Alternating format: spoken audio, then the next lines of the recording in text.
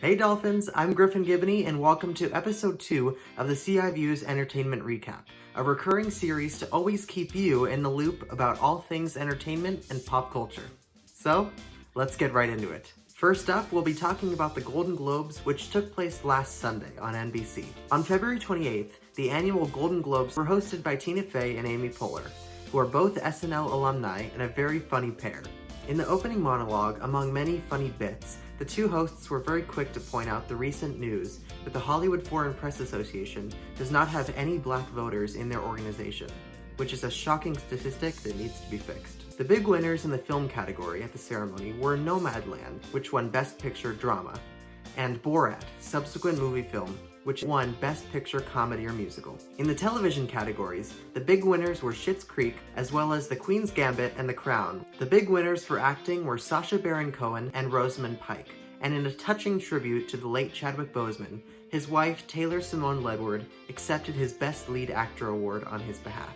Lastly, the show's ratings were all but a cherry on top of a pretty fun night, with viewership down to 6.9 million, the lowest it's been in 13 years. Next up, we'll be talking about box office numbers and upcoming releases. Warner Brothers' new film Tom and Jerry hit theaters and HBO Max on February 26th to rave reviews and surprisingly high box office earnings, considering the new pandemic norm of most theaters being closed around the US. Today, March 5th, is a big day for many new releases, with Disney's Raya and the Last Dragon debuting in theaters and on Disney+, which is loosely based on the countries of Southeast Asia. As of today, Amazon Prime has also debuted Coming to America, a sequel to the wildly popular film of the same name starring Eddie Murphy. Lastly, in TV news, the epic finale of Marvel Studios' WandaVision is now streaming on Disney+.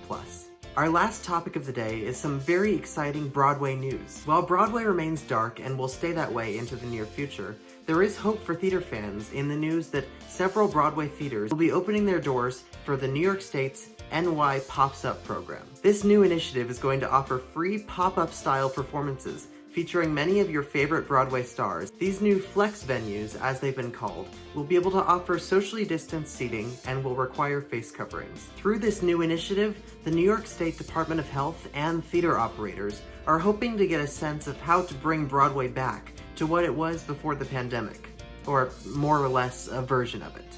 Well, Dolphins, we've come to the end of another episode of Entertainment Recap. We hope you enjoyed, and we hope you'll stay tuned next week where we'll debut a brand new video on the CI View.